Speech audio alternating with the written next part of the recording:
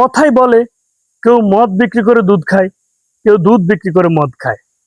কথাটা যদিও আগে কথার কথা ছিল, সেটি এখন বাস্তবে প্রমাণ মিলে। এই কথাটা বলতে আমি এটাই বোঝাতে চাই, অনেকেই কষ্ট করে টাকা উপার্জন করেন।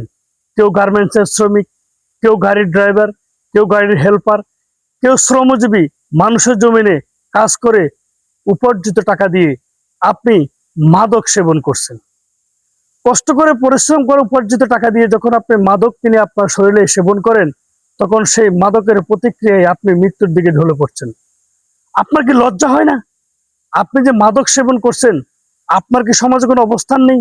যিনি মাদক সেবন করছেন, আপনার কি সমাজে কোনো পরিচয় নেই?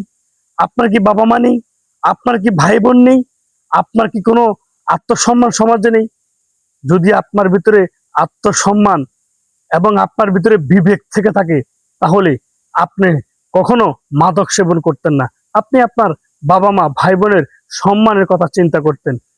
আপনি সামান্য এই কিছু সময়ের জন্য কষ্টকে ভুলে থাকার জন্য আপনি যে মাদক সেবন করছেন, আর এই মাদকের প্রতিক্রিয়া শুধু আপনার একার গায়ে পড়ছে না, পড়ছে আপনার আপনজন, বাবা মা ভাই বোন প্রত্যেকের উপরে। এমনও তো হতে পারে আপনার অবিবাহিত বোন, আপনার মাদকাসক্তের কারণে সেই আপনার অবিবাহিত বোনের বিয়ে হবে না।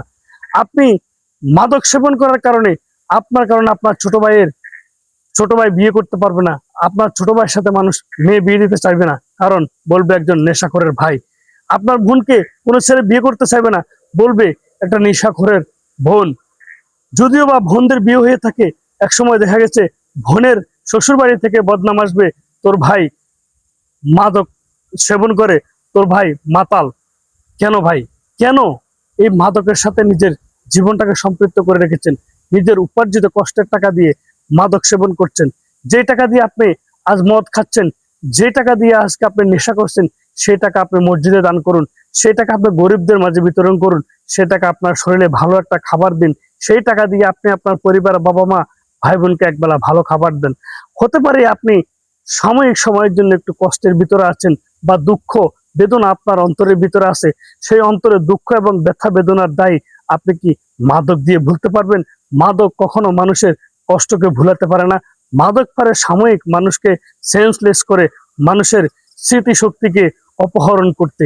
তাই আমি প্রত্যেক যারা মাদক সেবন করেন তাদেরকে বলবো, এখনো সময় আছে, মাদক থেকে ফিরে আসুন, নিজে বাঁচুন, সমাজকে বাঁচান, দেশ বাঁচান, পরিবারকে বাঁচান, পরিবারের সম্মানকে বাঁচান, পরিবারের সবাইকে বাঁচান। আপনি একজন মাদকাসক্ত হওয়ার কারণে আপনার পুরো পরিবার আপনাকে নিয়ে চিন্তিত, টেনশনে থাকে। ধন্যবাদ। সকলে ভিডিওটি শেয়ার করে, সর্বোচ্চ শেয়ার করে, যারা মাদকাসক্ত তাদের কাছে যেন ভিডিওটি পৌঁছে যায়, পৌঁছে দেওয়ার দায়িত্ব আপনাদের। ধন্যবাদ সকলকে।